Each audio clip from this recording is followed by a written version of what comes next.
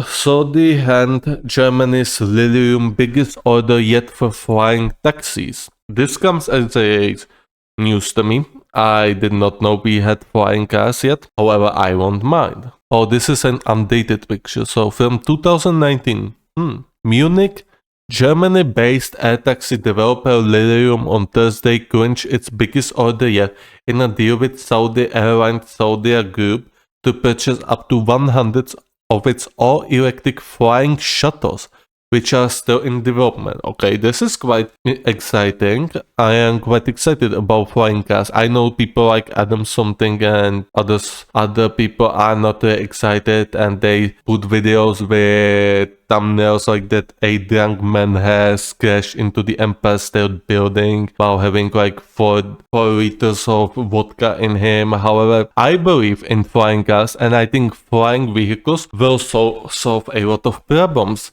And more importantly, I think that flying vehicles could solve a problem of trucks on the roads, because heavy trucks that have like 20 tons or carry a lot of luggage, they on themselves are not that bad. However, when you have thousands upon tens of thousands upon hundreds of thousands, maybe upon millions of those trucks riding back and forth to highways, they damage those highways and roads, and those roads and highways have to be maintained. If these trucks were to be able to fly, if they were able to move throughout the air instead of throughout land with all that luggage, it would relieve a lot of stress from those roads, and it would be much better for the infrastructure of said countries, and a lot of money would be saved, and it could be invested elsewhere in much more pressing matters in said countries. I didn't set any countries, however, you can imagine any possible country which has problem with roads and would benefit it. As for the personal air vehicles, why not? Obviously, this will be coached a lot by AI, and it will be coached a lot by a lot of safety drivers before this is allowed into the air, because anyone, regardless if it's EU, Russia, China, or USA, all of them will have a hard, and I mean rock fucking hard demands for these flying cars to be allowed into air before actually given a green light. Like, these cars are going to have to undergo a lot of tests before they're allowed into the air, and once they finally are, I think it's going to be completely okay. Yes, there will be probably instances of errors, as always with the first generations of cars. Therefore, the producer of the set cars have to make sure there's a backup shit for the car if something breaks, so the car can safely hover down to some safe place, and a towing company can be called to tow the flying car back to the depot or back to anywhere where the car can be repaired. I am very positive about flying cars. I think it could theoretically help us with space exploration, because if we manage to master the flying personal technology, it is possible we will be able to delve deeper into personal space technology, right?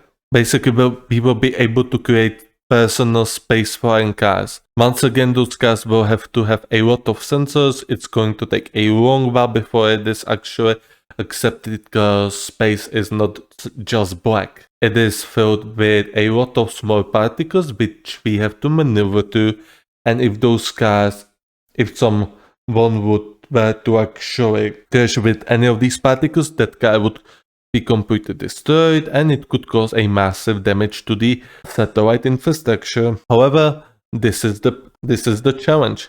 This is the challenge the humanity has to overcome for it to become an interstellar species. So we're gonna have to solve this one day or other, and I think sooner the better, because I want to see humans becoming an interstellar species by the end of 21st century for sure. If we cannot go to space by the 2099, then we as a species are probably good. You may think 70 years is not that much, considering how long it took to reach moon. Again, okay, I'll say again. It was like, how much? 50-year pause? But hey, the technology had moved quite significantly. I think it's going to be just fine. Obvious accidents, like this cannot be helped. However, hey, as long as there is enough of security in those flying cars, it will be fine. The state-owned airline made a firm order of 50 of Lilium's electric vertical takeoff and landing eVTOL jets with an option for an additional 50 later. Lilium said the first of these shuttles, which have 4 to 6 seats, are designed to replace road trips or short hops by aircraft or helicopters, are expected to join Zodiac's fleet in 2026, so it's only like 2 years away. Probably 4 years away, because an extensive testing is going to have to be done before they are actually allowed, and I think there are going to be a lot of issues that are going to have to be solved beforehand. So I think 2028 is more realistic date for a truly debugged version of flying car. The first of the shuttles, which yes. The deal signing took place at Lilium's headquarters outside Munich during a trip by Zodiac executives to Germany. Lilium co-founder Daniel Wiegand told Reuters that the value of the whole order, including the options, was about $700 million. Competing in a crowded market for eVTOL vehicles, the firm needs advance payments from customers to finalize the development of its flying taxi. Currently, it has 106 definitive orders, including Zodiac's plus 76 options and around 600 memorandums of understanding.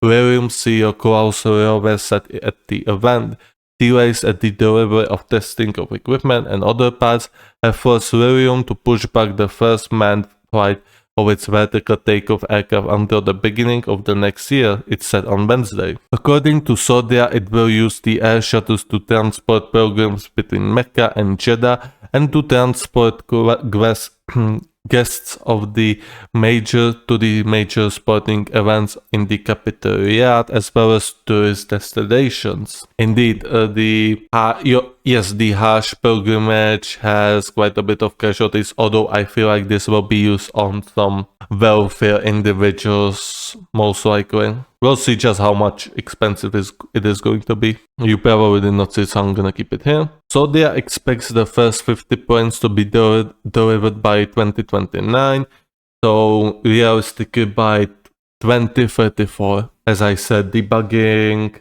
patching, all of the possible errors is going to still take a while. However, once they get it into the air, I think it should be easier then. They only have to solve some problems. It should be only a matter of time before we actually get a personal flying vehicles. Hopefully it's going to be soon, because I would definitely like a flying vehicle, although it's going to be extremely expensive though. During their visit to Germany this week, the airline's executives also visited Airbus in Hamburg following a major order of narrow-body jets recently announced as part of Saudi Arabia's plan to boost air traffic and tourism to the country. Saudi aims to triple its annual passenger number to 300 million by the end of the decade. Tourism is a main pillar of Saudi Arabia's Vision 2030, a spurring program of investments to diversify the kingdom's economy away from oil. Indeed, the oil from Saudi Arabia is not infinite. They know it will eventually run out, and they are trying their best now to find a way to earn money from other sources as well, to get extra funds for their megalomaniac projects like the line thingy in the desert. Yeah, they are building some sort of a dystopian line that will house a lot of people. I would not want to live there, but who knows, maybe it's going to be a grand success, although I am quite skeptical about it and I'm quite worried. Additional reporting by Rachel Moore, editing by Madeline Chambers and Sharon Singleton. Very positive news.